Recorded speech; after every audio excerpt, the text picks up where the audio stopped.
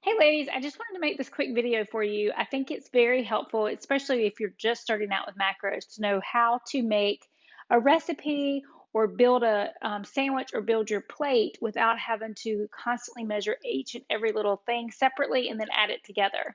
So that's what I'm going to show you today. We're going to just do something simple, but it will kind of give you the idea of what to do.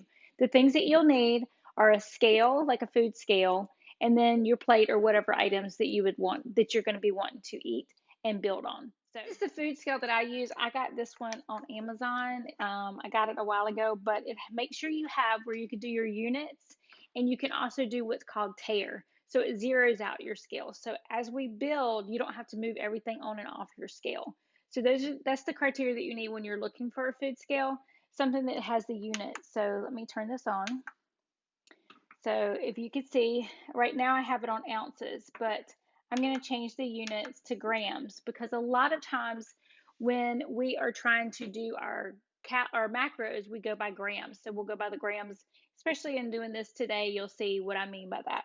So make sure it's at 0 and then you'll put it down. Let me adjust the camera so you can see down and see what I'm doing. But this is a scale that I would definitely recommend for you to get. Okay, so as you can see, I have my scale here. My tare button is here. So I have tared it so that it goes to 0. It's not going to be that easy to see on the video, but you always want to get it to 0 before you start anything.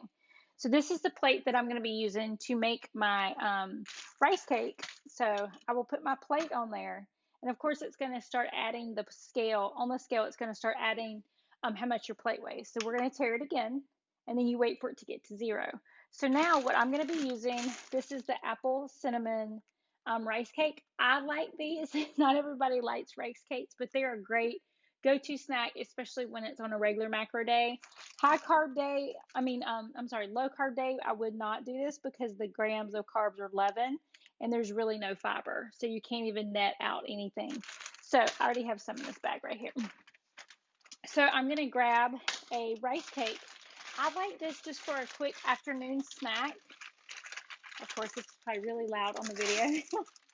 So this is my rice cake. So I add my rice cake on there. It comes up with the gram. The rice cake is 14 grams. So if you look on your package, it says 1 cake or 13 grams. So you could break a piece of that off, but I don't worry about doing that, especially when it comes to the rice cake. So that shows you that the ingredients and the macros is for one rice cake. So then I'm going to tare it again. It's going to get it to 0. Once that's at 0, I like to add peanut butter on my rice cake. So this is just your Skippy peanut butter. You can use natural. The natural is going to have less fat, and it's going to have less sugar. So, but right now this is what I have in my pantry, so that's what I'm going to use. Here is the macros on this. So if you look at this, it says 2 tablespoons, but then it also has the grams here. I don't know if you could see that, but it has the grams. So it says 33 grams is 1 serving. So I'm going to see how much I'm going to put on my rice cake. If it's 1 serving, then I'm going to stop at 33 grams. If it's less, then I'll know when I enter it into my FitnessPal that I can just enter the amount of grams that I have. So there's 2 ways that you can do this. I'm going to tell you both, okay? So right now we have this tiered at 0, so we can add to our rice cake, and we could do it that way. The second way that we're going to do it, actually, I'll make 2 and show you both so that you can see the difference. So right now we're going to add 33 grams to the rice cake. So that's 14, 24, 33. So you could do it that way where you take it from the jar and you put it on your rice cake, and that way you'll know how much grams you've put on your rice cake. Let me show you the second way. So we would take our plate off and put your peanut butter jar on there, and then tear it out so it gets to 0.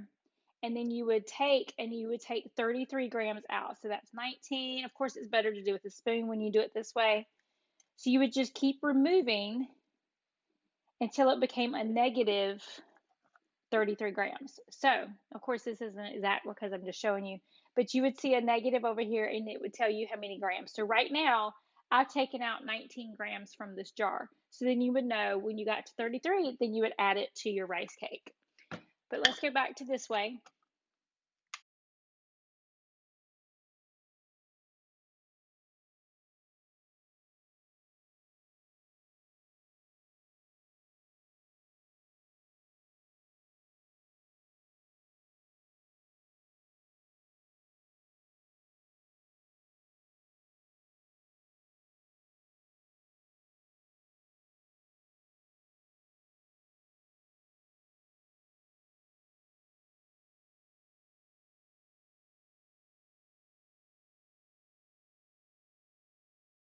So now that's just a little way that you can measure. You just put your plate on the scale. I think it's a lot easier than sitting there trying to measure every little thing and then adding it together. I kind of build on the scale.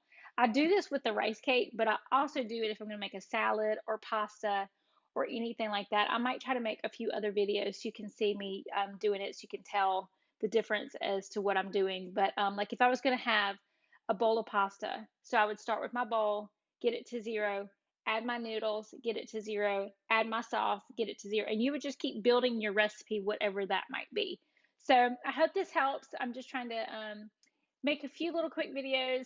I'm not a pro yet, so bear with me. But I think this is really helpful, especially if you're just starting out with macros, to not feel so overwhelmed. So thanks for coming with Jen in the kitchen.